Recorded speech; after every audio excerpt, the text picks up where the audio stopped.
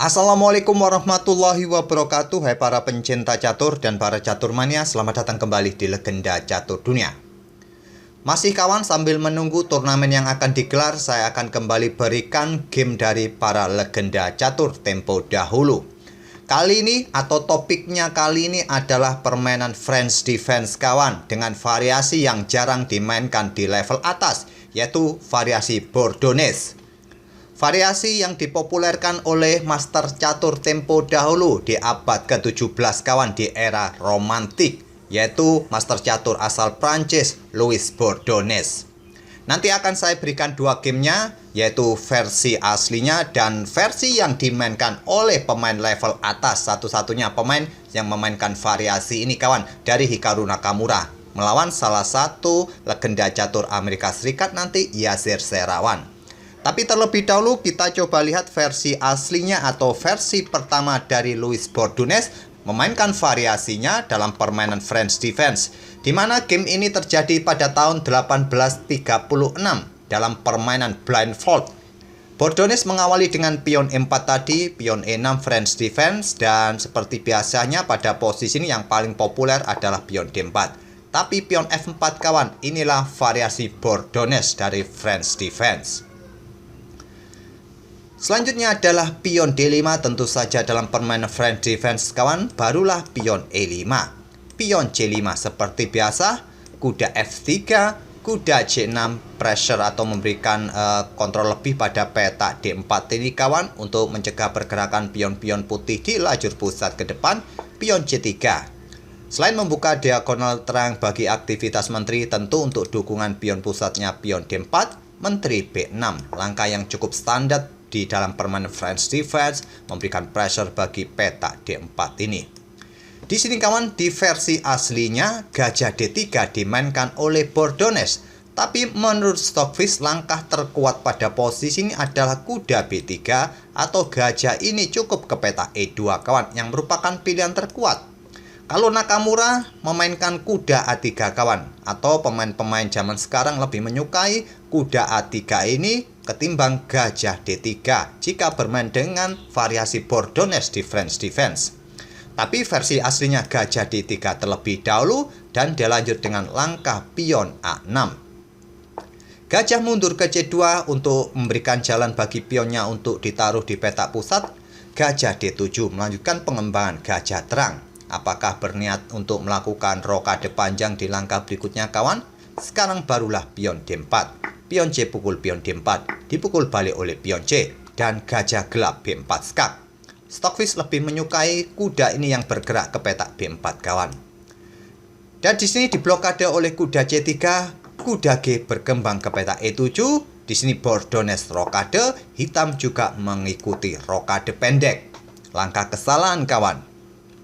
Langkah terbaiknya pada posisi ini, menteri mundur kembali ke peta C7, kuda ke peta A5, benteng C8 bisa jadi pilihan.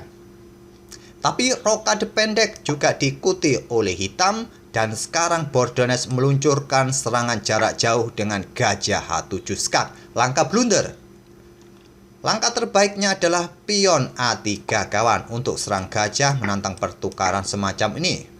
Nanti mungkin di sini pion F5 diikuti oleh hitam, ataupun juga pion F6 mungkin akan diikuti oleh hitam kawan. Tapi Bordonnais memilih langsung memberikan gebrakan dengan meluncurkan gajahnya tadi, tidak dengan pion A3 kawan, melakukan pengorbanan gajah yang merupakan langkah blunder, diambil oleh raja. Kuda G5 skak sekaligus memberikan jalan bagi menteri keluar, memberikan ancaman skakmat. Raja mundur ke G8. Dan di sini kawan, tentu saja menteri putih H5, ancaman skakmat. Tapi jangan khawatir, hitam masih mempunyai kesempatan untuk menahan ancaman skakmat ini, tentu dengan langkah presisi. Permainan masih cukup level. Seperti biasa, saya tawarkan bagi kawan-kawan untuk menebak langkah terbaik bagi hitam untuk mempertahankan posisi kawan, agar tidak kena ancaman skakmat. Kalau dalam permainan aslinya, benteng F ini digeser kawan, dengan tujuan memberikan ruang bagi raja jika ada ancaman di sini. Raja bisa bergerak, dan nanti kalau ada skak di sini diblokade oleh kuda. Kalau menteri ambil pion, ya raja bolak-balik nanti mungkin kawan. Itulah harapan dari benteng digeser ke peta C8. Bukan pilihan terbaik, malah blunder. Pilihan terbaiknya adalah menteri ambil pion D4 ini kawan skak. Bagusnya diblokade oleh benteng. Kalau bergerak dengan raja ke peta H1, maka menteri D3 mengawasi peta terang ini kawan dan menuju peta G6 nanti menantang pertukaran menteri. Kalau diblokade dengan benteng kawan di sini hitam baru bisa menggeser bentengnya ke peta E8, ke peta C8 tak ada masalah. Anggap contoh ke peta E8 ini menteri ambil pion F7 skak, raja bergeser ke sini dan benteng karena sudah kondisinya kena pin tidak bisa diangkat terus digeser memberikan ancaman. Ya kalau ingin melakukan skak ya balik kawan, nanti hanya raja bergeser ke peta G8, H8 dan seterusnya. Putih tidak mempunyai kesempatan lagi memberikan ancaman skak mat. Semua masih bisa ditahan oleh hitam dan permainan akan level. Tapi dalam permainan aslinya tadi setelah menteri putih H5 ini benteng C8 dipilih oleh hitam. Dan di sini kawan menteri tidak ke peta H7 ambil pion F7 skak. Agar lajur F ini semakin cepat terbuka. Pion F siap didorong membuka lajur F bagi bentengnya ke depan. Raja ke H8, tapi tak perlu mendorong pion sekarang kawan. Benteng ini cukup naik dan memberikan ancaman skakmat yang sulit dihindari lagi. 6 langkah berikutnya skakmat, tapi langkah ini terlewatkan oleh Bordones. Bordones kembali melakukan skak dengan menteri ke peta H5 skak. Raja G8 dan baiknya menteri kembali skak, raja bergeser, benteng naik kawan. Tapi di sini Bordones memilih skak di peta H7. Sekarang kombinasi skak mat lebih cepat sudah hilang kawan, kesempatan bagi putih. Raja F8, menteri H8 skak. Blokade oleh kuda G8, kuda H7 skak. Raja F7 tetap menjaga pionnya tidak ingin bergerak ke peta E7 tadi. Kuda kembali ke G5 skak, raja mundur lagi ke F8. Sekarang pion F5, persiapan pion pukul pion dan benteng ini mempunyai lajur F terbuka open skak. Raja ke E7. Kalau pion ini pukul pion kawan dengan dukungan gajah, ya pion E6 akan dimainkan.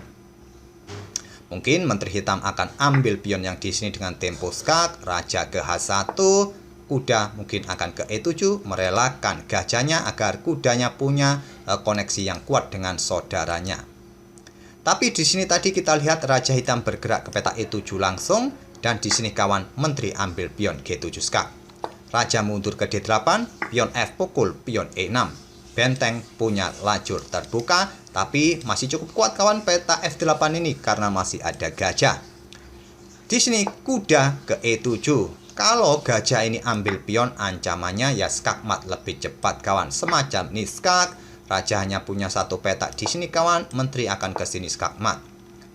Jadi hitam memilih langkah kudanya bergerak ke peta E7 untuk menghindari ancaman menteri ataupun juga memblokade akses menteri melakukan ancaman skak mat.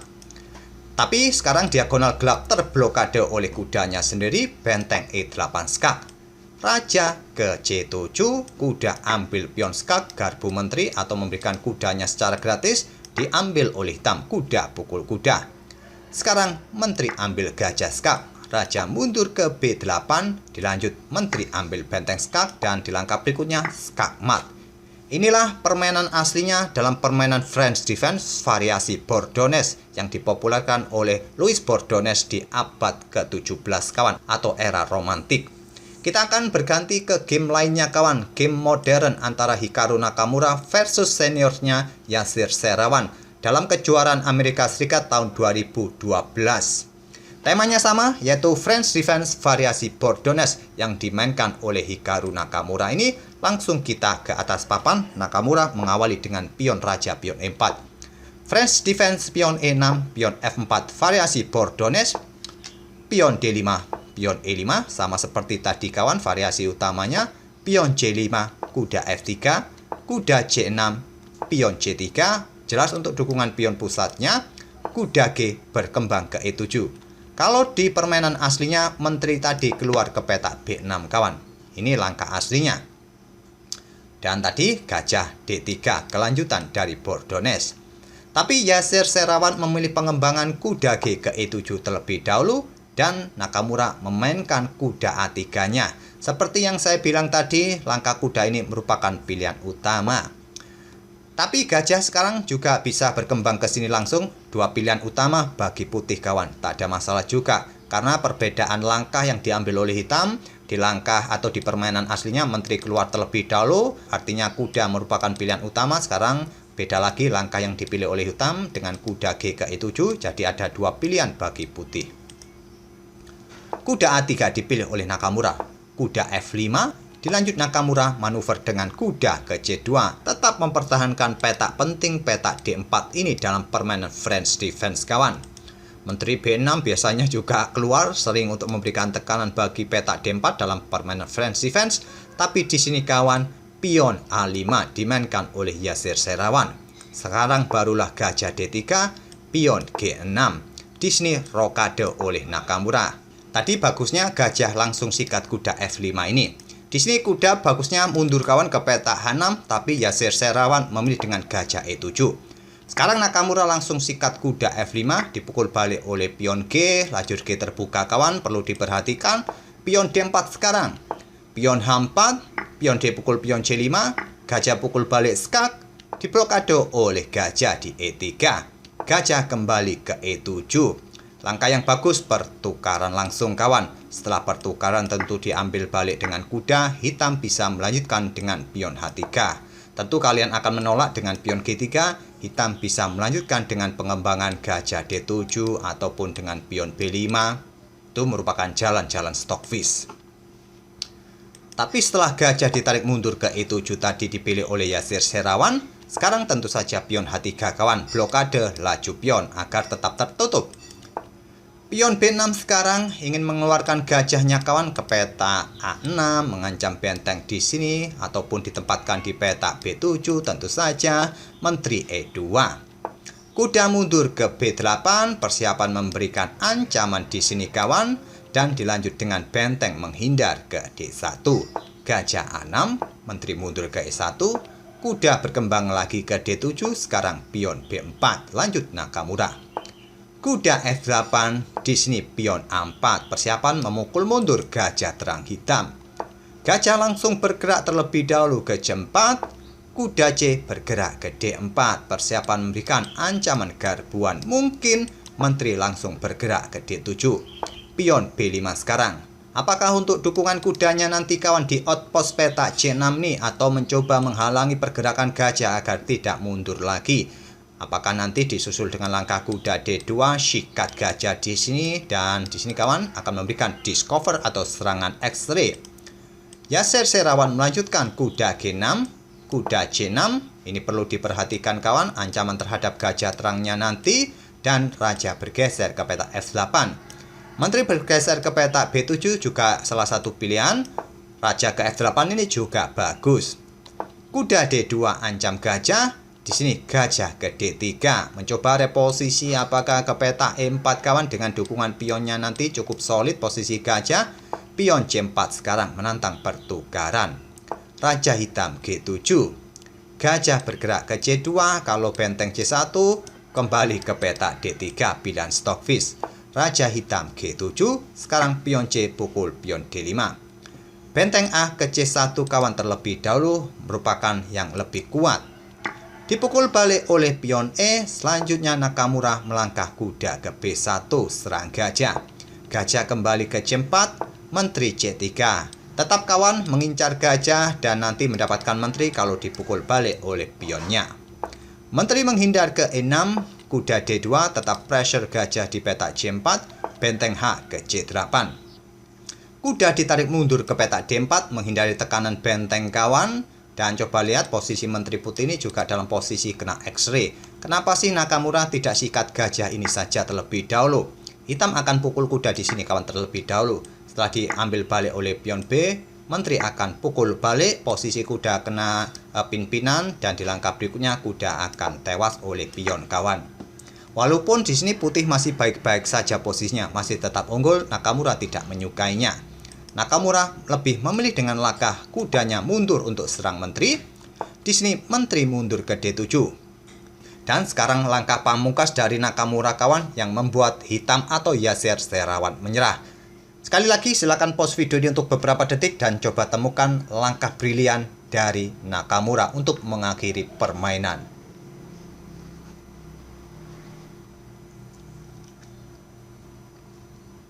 Jika kalian menemukan langkah berikutnya ini kawan, saya yakin elo kalian sudah di atas 2200, 2300.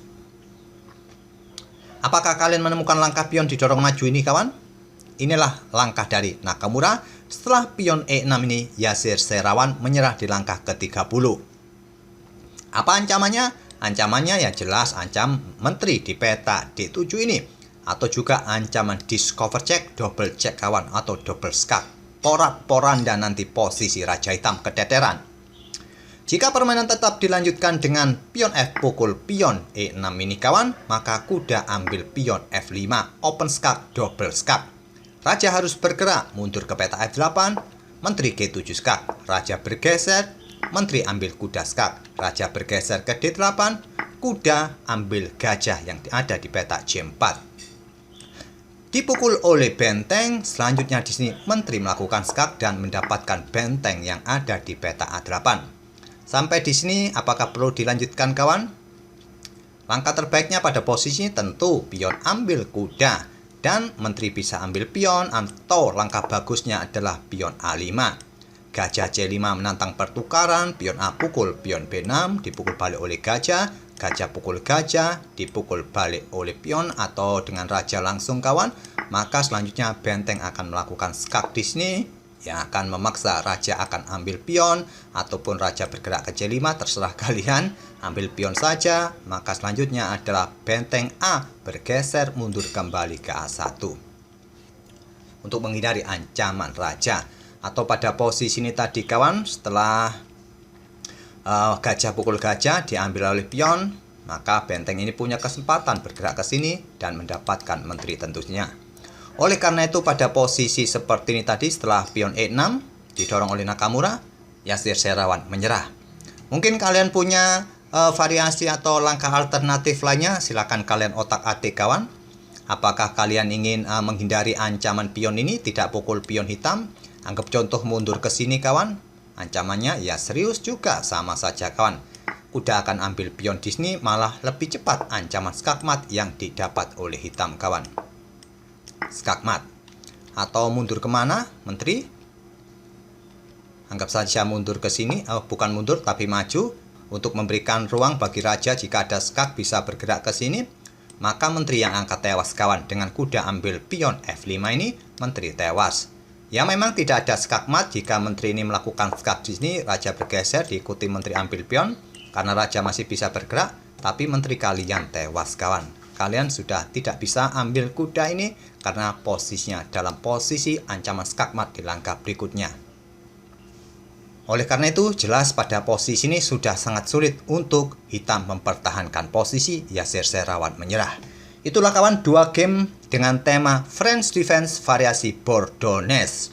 Semoga variasi ini bisa jadi pilihan kalian untuk menghadapi French Defense karena penuh taktik dan intrik dalam permainan French Defense itu kawan. Tentu saja French Defense adalah tujuannya untuk memberikan tekanan di peta D4 ini kawan. Inilah tujuan dari French Defense peta D4 yang sering kita lihat. Ataupun kalian bermain seperti ini, tentu saja seperti ini, pion maju pun akan diserang dengan pion C5, atau kalian memilih variasi yang lain dengan variasi anggap contoh dengan Winanware seperti pion C5 juga akan dimainkan, ataupun tadi dengan variasi taras pun pion C5 juga siap dimainkan, atau kuda di sini terlebih dahulu. Pion C5 merupakan ciri khas dalam permainan French Defense. Kita akan bertemu di video-video berikutnya kawan. Terima kasih. Wassalamualaikum warahmatullahi wabarakatuh.